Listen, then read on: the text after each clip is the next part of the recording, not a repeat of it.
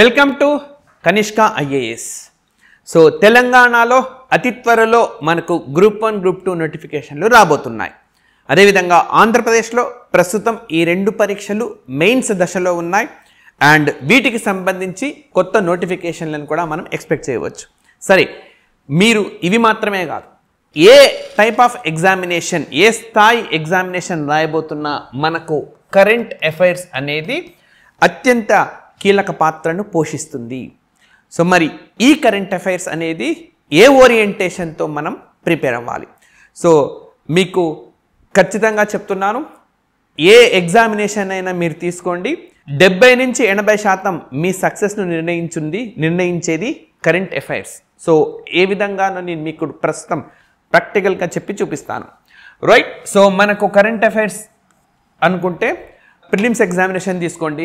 జనరల్గా సిలబస్లో వాళ్ళు కేవలం ఇంటర్నేషనల్, నేషనల్ అండ్ రీజినల్ అని చెప్తున్నారు. అంటే అంతర్జాతీయము, జాతీయము, ప్రాంతీయము, ఈ 3 అంశాలను పేర్కొంటున్నారు. ఎస్, ఖచ్చితంగా ఈ 3 అంశాలకు సంబంధించిన క్వశ్చన్స్ మనకు ప్రత్యక్షంగా ఉంటున్నాయి. ఇవి మాత్రమే కాకుండా మనకు మీరు polity, economy, science and technology ఇలాంటి అంశాలు కూడా కరెంట్ అఫైర్స్ను బేస్ చేసుకొని వస్తున్నాయి. సో అందుకే చెప్తున్నాను, ఈ రోజుల్లో మీరు కాంపిటేటివ్ ఎగ్జామినేషన్స్లో సిద్ధం కావాలి అని అంటే 100% మీరు కోర్ సబ్జెక్ట్లోకి వెళ్ళి, అంటే ఈవెంట్ను ఆధారంగా చేసుకొని, కరెంట్ ఇష్యూను ఆధారంగా చేసుకొని కోర్ సబ్జెక్ట్లోని అంశాలన్నింటినీ కూడా చదవాల్సి ఉంటుంది. అండ్ వీటికి జనరల్ నాలెడ్జ్ను కూడా జత చేస్తున్నారు. ఇది సివిల్స్లో కూడా కనపడని ట్రెండ్ మనకు. రైట్, సో ఎగ్జాంపుల్స్ ఊరికెలా చెప్పకుండా ప్రత్యక్షంగా ఉదాహరణలు చెప్తాను. రీసెంట్గా తెలంగాణలో కండక్ట్ చేసిన గ్రూప్ 2 ఎగ్జామినేషన్ 2024లోనే జరిగింది. అందులో మనకు విక్రమ్ సారాభాయ్ గారి అవార్డ్స్ ఎప్పుడు వచ్చినాయి అని చెప్పి మనకు క్వశ్చన్ వచ్చింది. అంటే రైట్, అది జీకేకి సంబంధించింది. ఇస్రో విపరీతంగా మనకు వార్తల్లో ఉండడం, సో అదేవిధంగా అప్పట్లో మనకు ఇస్రో చైర్మన్గా ఉన్న వ్యక్తి రిటైర్మెంట్ దగ్గరికి రావడం, కొత్త నియామకం కోసం, ఈ విధంగా ఇస్రోకు సంబంధించిన పెద్ద ఎత్తున వార్తలు మనకు న్యూస్ పేపర్లో అపియర్ అయినందుకు భారతదేశంలో ఫాదర్ ఆఫ్ ఇండియన్ స్పేస్గా చెప్పుకునే విక్రమ్ సారాభాయ్ గారి అవార్డ్స్ ఏంటి అని అడిగారు. మీకు మూడోసారి జరిగిన, అసలు మూడోసారి కాదు, ఒకటోసారో రెండోసారో గ్రూప్ 1 ఎగ్జామినేషన్ ప్రిలిమ్స్ మనకు మొత్తం 3 సార్లు జరిగింది కదా. ఒక దాంట్లో మనకు father of green revolution, missile man of India ఏంటి అని అడిగారు. ఆ అంశాలు అప్పట్లో వార్తల్లో ఉన్న నేపథ్యంలో వాటికి సంబంధించిన జీకేని ఫోకస్ చేసినారు. సో అంటే ప్రస్తుతం తెలంగాణలో కానీ మీరు ఆంధ్రప్రదేశ్లో కూడా ఈ ట్రెండ్ని చూడవచ్చు. ఈ కరెంట్ అఫైర్స్ ప్రిపేర్ కావాలి అని అంటే ఇంటర్నేషనల్, ఇది మాత్రం ఏ కోర్ సబ్జెక్టుకు సంబంధించింది కాదు. సో ఇందులో 2 కోణాల్లో ప్రశ్న అడుగుతున్నారు. ఒకటి event as well as relations. So భారతదేశంతో ఉన్న సంబంధాలు అండ్ ఏదైనా సంఘటన జరిగితే సంఘటనకు సంబంధించి, లైక్ అది ఇజ్రాయిల్ హమాస్ వార్ కావచ్చు, రష్యా ఉక్రెయిన్ యుద్ధం కావచ్చు, అండ్ అదేవిధంగా మన భారతదేశంతో సంబంధాలకు చెందినవి.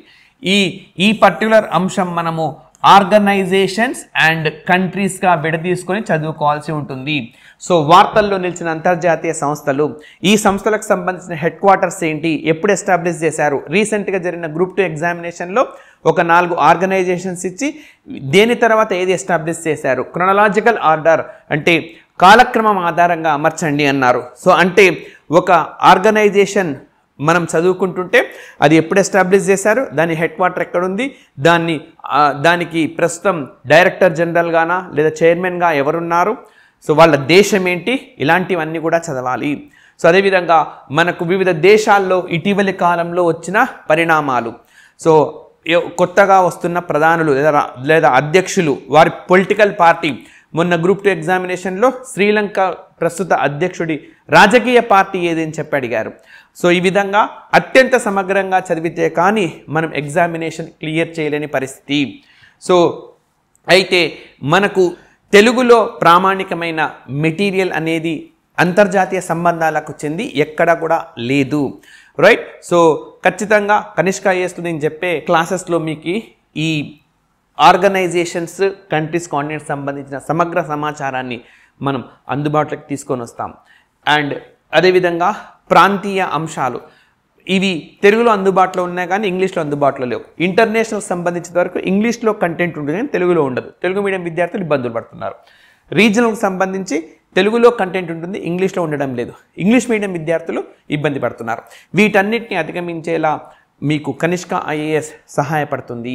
అండ్ జాతీయ అంశాలు కేవలం నేషనల్ ఇష్యూస్ని ఈ విధంగా కాకుండా social issues, political issues, judicial ఈ విధంగా విడదీసుకొని నేర్చుకోవాలి. ఎందుకనంటే మీరు గ్రూప్ 1 మెయిన్స్ లక్ష్యంగా అధ్యయనం చేస్తున్న వాళ్ళు మరి ఈ సమాచారాన్ని మెయిన్స్లో కూడా వినియోగించుకోవాల్సి ఉంటుంది. రైట్. సో మనకు ఫర్ ఎగ్జాంపుల్ ఇటీవలి కాలంలో మనకు ఒక కీలకమైన జడ్జిమెంట్ వచ్చింది, బాంబే హైకోర్టు ఇచ్చింది. రైట్. లౌడ్ స్పీకర్స్ పెట్టడం అన్నది మనకు భావ ప్రకటన స్వేచ్ఛలో భాగం కాదు. అదేవిధంగా ఆర్టికల్ 25 ప్రకారం మత స్వేచ్ఛలో భాగం కాదు అని చెప్పింది. సో రేపొద్దున మెయిన్స్లో దీన్ని ఉటంకించాల్సి ఉంటుంది. సో మనకు ఖచ్చితంగా ఈ పాయింట్ నేను రాసేలా మన గ్రూప్ 1లో క్వశ్చన్ వస్తుంది అని ఎవరికి ఎక్కడా చెప్పడం సాధ్యం కాదు. నీకున్న సమాచారాన్ని ఎక్కడ నువ్వు వినియోగించుకుంటున్నావు అని చెప్పి. నిజానికి ఈ విధంగా లౌడ్ స్పీకర్స్ పెట్టడం అన్నది ఎసెన్షియల్ రిలీజియస్ ప్రాక్టీస్ కాదు అని చెప్పింది. తప్పనిసరి పాటించాల్సిన మత నియమం కాదు అని చెప్పి కోర్టు చెప్పింది. ఇది నువ్వు ఎక్కడ వినియోగించుకుంటావు? మెయిన్స్లో జనరల్ ఎస్ఏలో వస్తే ఏ విధంగా వినియోగించుకోవచ్చు, ఎలాంటి జనరల్ ఎస్ఏకి వినియోగించుకోవచ్చు, పాలిటీలో ఏ విధంగా నువ్వు వినియోగించుకోవచ్చు, సొసైటీలో భాగంగా ఏ విధంగా వినియోగించుకోవచ్చు. ఇట్లా ఒక అంశము డిఫరెంట్ సబ్జెక్ట్స్లో నేను ఏ విధంగా వినియోగిస్తున్నాను అని చెప్పి. అదేవిధంగా ఇది మనకి సౌండ్ పొల్యూషన్ అనేది దారితీస్తుంది. సైన్స్ అండ్ టెక్నాలజీలో ఏ విధంగా టచ్ చేయొచ్చు, సైన్స్ అండ్ టెక్నాలజీని పాలిటీని ఇక్కడ క్లబ్ చేయవచ్చా, ఇలాంటి అంశాలన్నింటినీ కూడా కరెంట్ అఫైర్స్ ప్రిపేర్ అవుతున్నప్పుడే మీరు ఒక కంక్లూజన్కు రావాలి. సో ఇవన్నీ గ్యాదర్ చేయడము, కలెక్ట్ చేయడము, మళ్ళీ మీరు విడదీసుకొని చదువుకోవడం ఈ ఉన్న తక్కువ టైంలో సాధ్యం కాదు. ఈ నేపథ్యంలోనే కనిష్క ఐఏఎస్ మీకు సాయం చేస్తుంది, మీకు తోడుంటుంది. సో ఇక్కడ మీకు కంటెంట్ అంతా పూర్తి స్థాయిలో క్లాసిఫై చేసి నేనే అక్కడ క్లాసెస్ నిర్వహిస్తాను కాబట్టి మీరు ఇంకా ఎక్కడ వినియోగించుకోవాలనేది మీ విచక్షణ పైన ఆధారపడి ఉంటుంది. సో మరి రీజనల్ కూడా ఊరికే అట్లా వచ్చినట్టు కలెక్ట్ చేయకుండా ఇటీవలి కాలంలో తీసుకున్న పరిపాలనాపరమైన నిర్ణయాలు, అదేవిధంగా ఆర్థికపరమైన అంశాలు. సో మనకు ఇటీవలి కేంద్రం ఒక సర్వే నిర్వహించింది. సర్వే ప్రకారము మనకు తలసరి వినియోగ వ్యయం, కుటుంబాలు చేసిన తలసరి వినియోగ వ్యయానికి సంబంధించి సో కన్జంప్షన్ ఎక్స్పెండిచర్ సంబంధించిన డేటా ఇచ్చింది. ఆ డేటా ఏం చెప్తుంది, ఏ విధంగా మనము తెలంగాణ అంశాల్లో దీన్ని వినియోగించుకోవాలి, అలాంటి స్పష్టతతో మనము ఆయా ఇష్యూస్ని అధ్యయనం చేయాల్సి ఉంటుంది.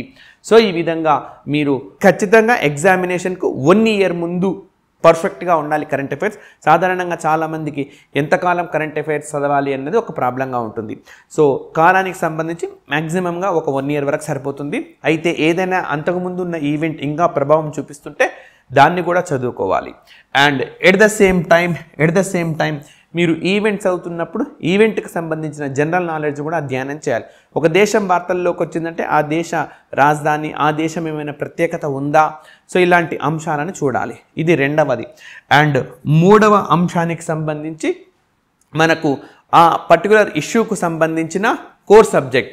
లైక్ మనకు నిన్ననో మొన్ననో వరల్డ్ హెల్త్ ఆర్గనైజేషన్ ఒక ప్రకటన చేసింది. జార్జియా అనే దేశం పూర్తిగా మలేరియా రహితంగా ఘనత సాధించింది. So it is a malaria free nation. మరి మలేరియా ఏ విధంగా వ్యాపిస్తుంది, భారతదేశం ఎప్పుడు ఈ లక్ష్యాలను ఎంచుకుంది, సో ఇది మనకు సైన్స్ అండ్ టెక్నాలజీలో ఉపయోగపడేలా చదవాలి అండ్ కరెంట్ అఫైర్స్ ఉపయోగపడేలా కూడా చదవాల్సి ఉంటుంది. సో ఆ విధంగా మీకు కోర్ సబ్జెక్ట్లో వచ్చేటట్టుగా GK, event, GK and core subject issues. So core subject issues ఇక్కడ మనకు రెగ్యులర్గా ఉండే ఫ్యాకల్టీ అత్యంత సమగ్రంగా ప్రొవైడ్ చేస్తారు. మొదటి 2 ఏరియాస్ వరకు కరెంట్ అఫైర్స్ సంబంధించిన సమగ్ర సమాచారాన్ని ఇక్కడ అందిస్తారు. సో కాబట్టి ఖచ్చితంగా రానున్న ఎగ్జామినేషన్స్లో విజయం సాధించాలనుకుంటున్న అభ్యర్థులందరూ కూడా వెంబడే మీరు ఫోన్ చేసి లేదా నేరుగా వచ్చి ఆఫీస్ను కలవచ్చు. అండ్ గతంలో ఎందరో అభ్యర్థులను గ్రూప్ 1, గ్రూప్ 2 ఆఫీసర్లుగా తీర్చిదిద్దిన కనిష్క ఐఏఎస్ మీకు ఎప్పటికీ కూడా తోడుంటుంది. Thank you very much.